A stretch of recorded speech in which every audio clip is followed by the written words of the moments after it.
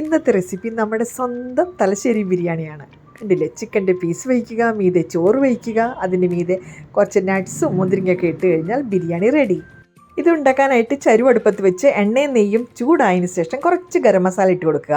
അതിനുശേഷം അരിഞ്ഞ നമ്മുടെ സവോളയും ചേർത്ത് നന്നായിട്ടൊന്ന് വഴന്നതിന് ശേഷം നമ്മുടെ അരച്ച് വെച്ചിരിക്കുന്ന അരപ്പ് ചേർത്ത് കൊടുക്കാം. അരപ്പ് നന്നായിട്ടൊന്ന് മൂത്തതിന് ശേഷം നമ്മുടെ മാരിനേറ്റ് ചെയ്ത് വെച്ചിരിക്കുന്ന നമ്മുടെ ചിക്കൻ ഇട്ട് കൊടുക്കാം. ചിക്കൻ നന്നായിട്ടൊന്ന് ഇളക്കിയതിന് ശേഷം ഒരു 1/4 കപ്പ് വെള്ളം ഒഴിച്ച് മൂടി വയ്ക്കുക.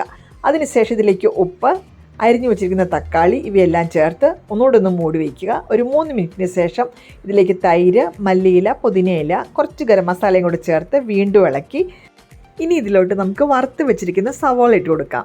വെള്ളം ഒന്ന് വറ്റിയതിന് ശേഷമാണ് നമ്മളിതിലോട്ട് ചോറ് ചേർക്കുക. പിന്നെ ഇതിൻ്റെ ഫുൾ വീഡിയോ എൻ്റെ ചാനലിലുണ്ട്, എല്ലാവരും പോയി കാണണം. എങ്കിലേ ഇതിൻ്റെ ഫുൾ റെസിപ്പി നിങ്ങൾക്ക് കിട്ടുകയുള്ളൂ. അടിപൊളി നമ്മുടെ തലശ്ശേരി ബിരിയാണി റെഡി ആയിട്ടുണ്ട്.